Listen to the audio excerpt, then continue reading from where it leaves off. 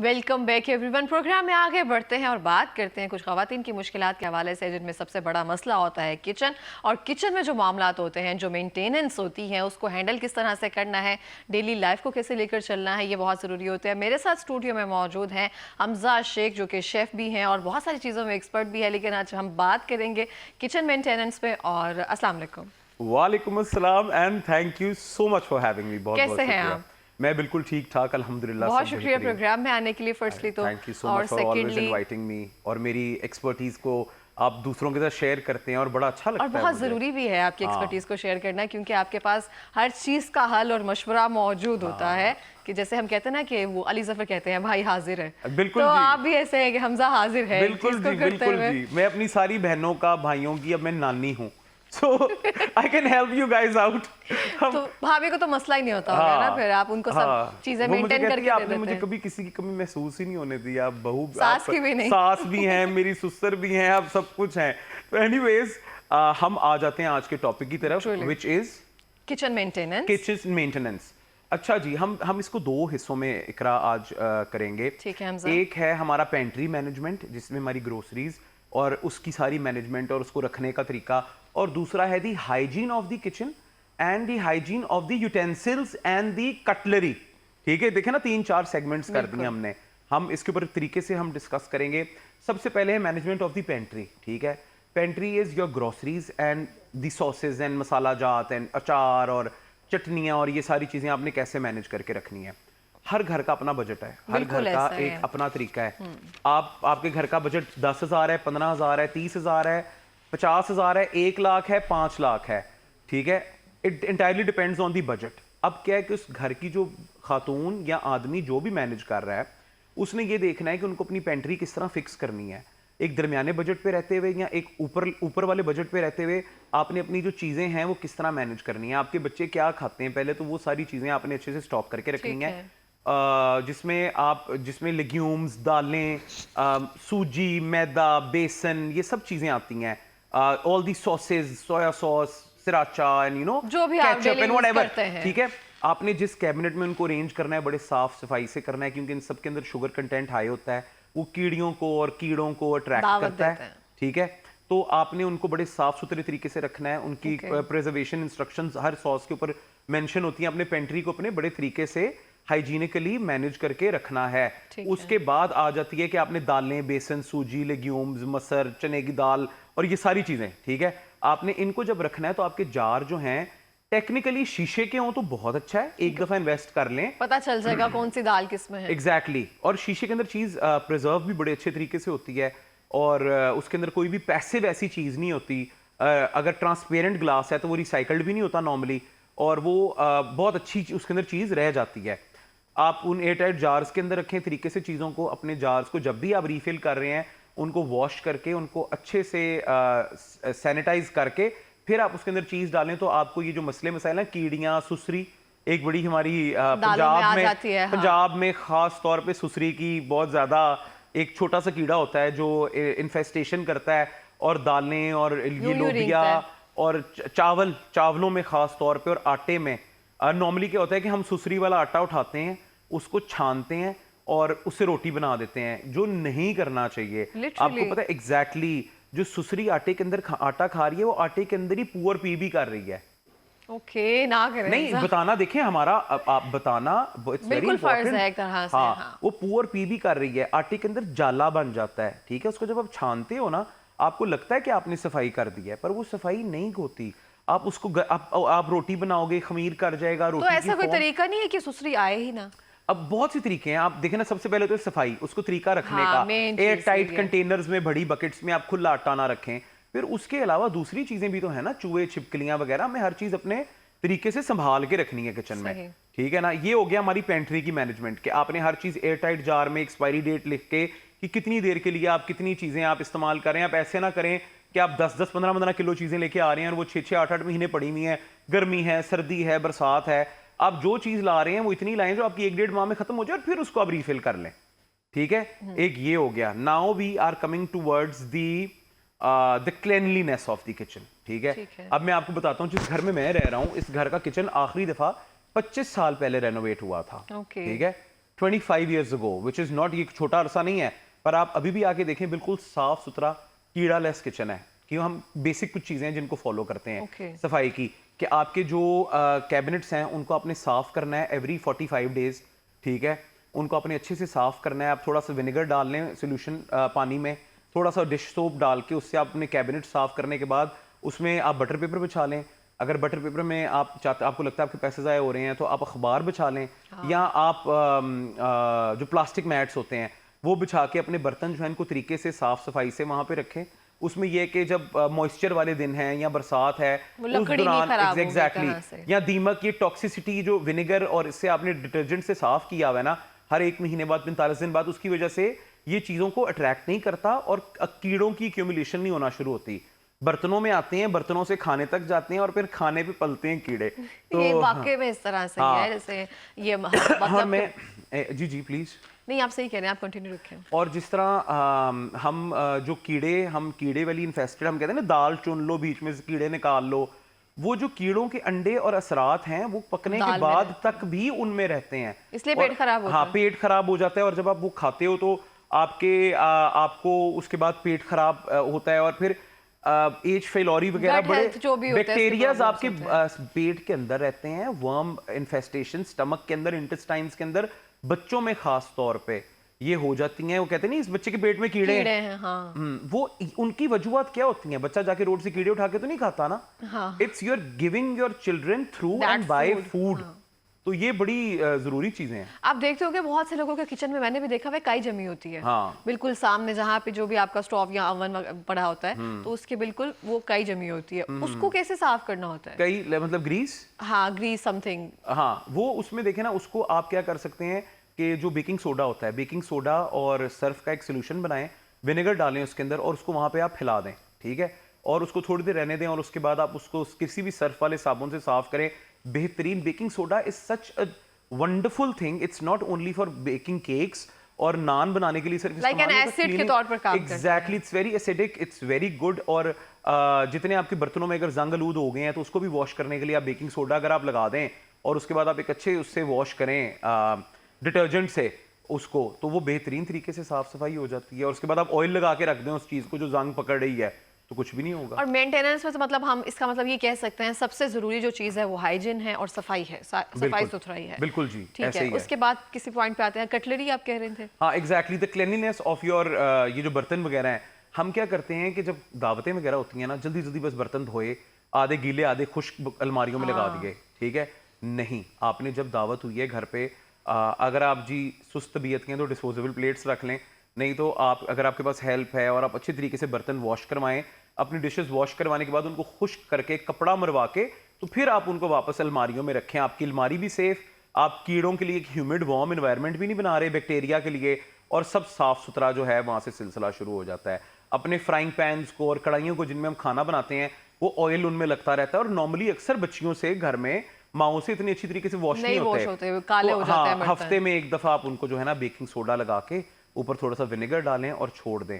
उसके बाद आप नॉर्मल डिटर्जेंट से उसको वॉश करें तो बिल्कुल ग्रीसलेस और साफ सुथरे हो जाएंगे, और वो मॉइस्ट ह्यूमिड एनवायरनमेंट जहां सारा बैक्टीरिया पैदा होता है वो नहीं बनेगा, तो आप भी सेहतमंद रहेंगे, किचन में सफाई सुथराई भी बेहतरीन रहेगी। हफ्ते में या 15 दिन बाद जैसे हम अपनी स्किन केयर करते हैं ना, किचन की भी बहुत ज्यादा जरूरत होती है। और कहते हैं ना कि खवातीन का अगर उसकी मतलब उसके क्या कहते हैं उसको सलीकापन का अगर अंदाजा लगाना है तो उसका किचन देख लिया जाए, तो ये बहुत जरूरी होती है चीजों को, और इसको हम इग्नोर करते रहते हैं। हमने सफाई की ना की, ऊपर से शायद हम सफाई करते हैं। मैं आपको एक बड़ी जरूरी बात बताता हूँ, हाँ, ऊपर से सफाई वाली ना, देखें क्या होता है, नॉर्मली क्या होता है, लोगों के घर में जिनमें हेल्प नहीं होती या खवातीन भी मसरूफ होती हैं, काम करके आती हैं, किचन में सिंक के अंदर रात को खाने के बचे हुए बर्तन और जिसमें खाना पकाया होता है वो बर्तन छोड़ दिए जाते हैं, ठीक है।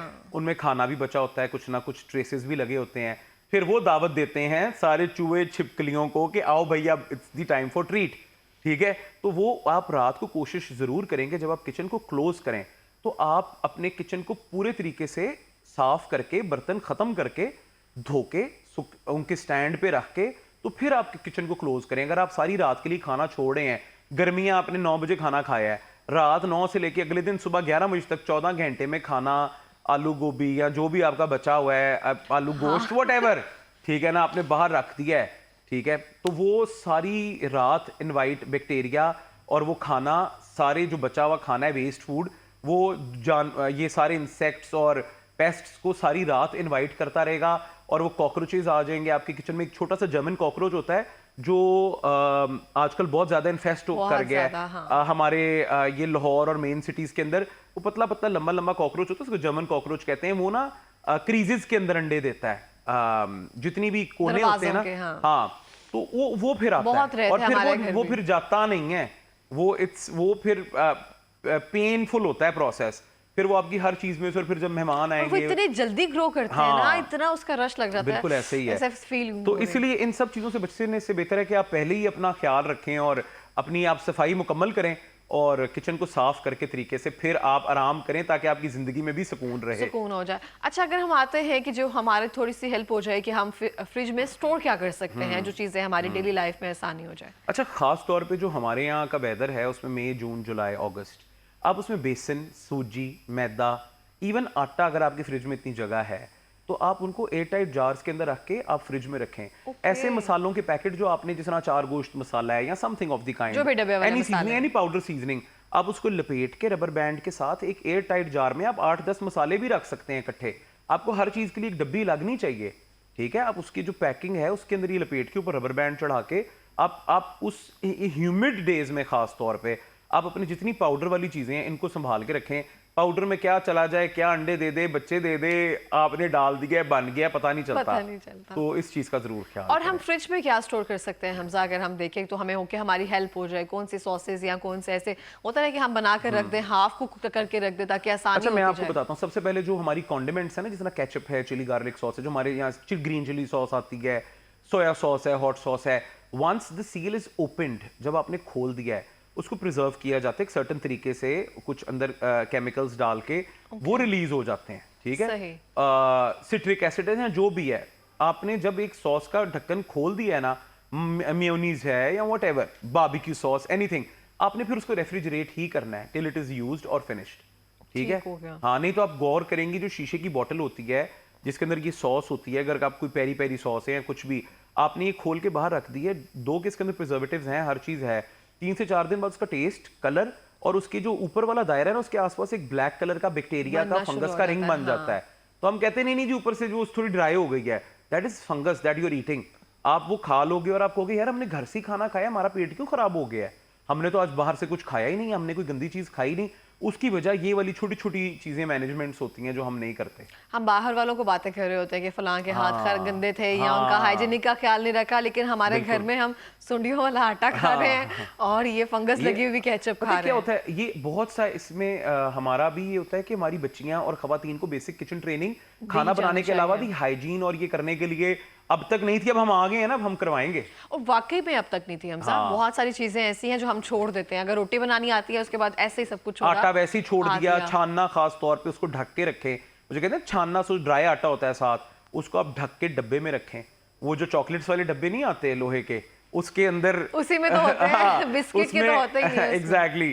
तो उसके अंदर जो है ना, आप उस डब्बे के अंदर ढक के रखें अपने छानने को, खुश्क आटे को, और इन सारी चीजों को इस तरह इस्तेमाल। और सबसे मेन चीज मुझे याद आई रोलिंग पिन, हम जिस पे बेलन पे बेल रहे होते हैं, कब होते हैं याद नहीं होता। मैं आई वाज अबाउट टू से दिस, और देखिए स्मार्ट एंकर की ये निशानी है कि वो बात से बात पकड़ता है, और मैं इकरा को बड़ा अप्रिशिएट करता हूँ इस बात पे कि ये बच्ची इज डूइंग, ये लड़की इतना अच्छा काम कर रही, she is so intelligent, you were meant to be here, माशाल्लाह। हाँ, बेलन, अब देखे ना ये बेलन वाला पॉइंट कहाँ से निकाला है, it's very smart of you. बेलन के ऊपर आटा, आप कच्चा आटा छोड़ के रोल करने के बाद चिपक जाता है, फिर वो आटे का ऊपर ही वहां पे उसकी लेप बन जाती है ड्राई, और अगले दिन उसके अंदर बैक्टीरिया भी आता है, क्योंकि वो आटा गुंदा हुआ था, उसमें मॉइस्चर था, उसके अंदर बैक्टीरिया भी है, हर चीज है, फिर हवा से वो सूख गया है, पर वो बैक्टीरिया नहीं मरा। तो आप अगले दिन उसी बेलन को पकड़ के सुबह उठते साथ ही, हाँ जी, तो आप सुबह उठते साथ ही बैक्टीरिया अपनी बॉडी में फिर इंड्यूस कर रहे हो। दो के वो तवे पे जाके पक गया, आप कच्चा आटा नहीं खा रहे, पर फिर भी जहां जहां से जो जो चीजें अपनी जिंदगी में आप बेहतर कर सकते हो, व्हाई नॉट। बिल्कुल, इस तरह से थोड़ी सी एफर्ट है, शायद मेहनत है, वही है। आई थिंक एफर्ट भी नहीं है, सलीका है, मैनेजमेंट है। कुछ लोगों को हम कहते हैं कि जैसे हम उनको अब नॉर्मल समझते हैं, हम जो बर्तन धो के हम ओसीडी कह देते हैं, हम कहते हैं बंदा नॉर्मली नहीं है, क्या हो गया, ऐसे दे दो, हम खा लेते हैं। नहीं, थोड़ा सा बंदे को वैसे भी रफ टफ भी होना चाहिए, बट ये चीजें वो है ना, जो आपको वाकई नुकसान पहुंचा सकती हैं। तो अगर हम लोग ये पढ़ने के बाद आके एजुकेट नहीं करेंगे अपने व्यूवर्स को और दोस्तों को, बहनों को, भाइयों को, तो फिर क्या फ़ायदा हमारी तालीम और का। ये बहुत ज़रूरी है इन हाँ। सब चीज़ों को करते हुए, और हम इन चीज़ों को इस तरह से निगलेक्ट करते हैं जैसे हम अपने किचन का ख्याल खुद नहीं रख रहे जी। हैं, कोई और जाकर रख रहा है। और ये सब चीज़ें बहुत ज़रूरी है, लेकिन इसके लिए साथ साथ जैसे कहा जाता है ना कि एफर्ट नहीं, थोड़े से सलीके की ज़रूरत है, थोड़े से टाइम मैनेजमेंट की ज़रूरत है, बाकी सब हो जाता है। और सबसे ज़्यादा मुझे है कि अगर आप अपने अपनों से प्यार करते हैं ना, तो ये सब चीज़ें करना शुरू बिल्कुल जी, करते हैं। बिल्कुल ऐसे ही है। तो अगर हम अब फ्रिज मेंटेनेंस की बात करें, अगर आप हम तो वो कैसे हम कर सकते हैं? अच्छा, again very important, it's very very crucial and important. इसमें तुम्हारा एक शो होना चाहिए अलग से फ्रिज डन, पे। हम करेंगे। ठीक है ना। अच्छा, फ्रिज के अंदर आप क्या करते हो कि वहीं सालन, वहीं लहसुन, वहीं अदरक, वहीं ब्रेड, खुला वहीं हुआ, केक, हाँ। वहीं फ्रूट। तो जब आप वो बाद में आप कटा हुआ फल खाते हो जो बगैर कवर के पड़ा होता है, तो फिर आपको लगता है उसमें थोड़ा सा Smell आ रही प्याज भी होती है, है। लहसुन भी है, अदरक भी है। आपने जब जो चीज़ फ्रिज में रखनी है, आपने कवर करके तरीके से पैक करके रखनी है। ठीक है। Glass containers are the best. एक दफ़ा सारी माएँ, बहनें, भाई ये चीज़ समझ लें, एक दफ़ा इन्वेस्ट कर लो शीशे के कंटेनर्स में, ढक्कन वाले।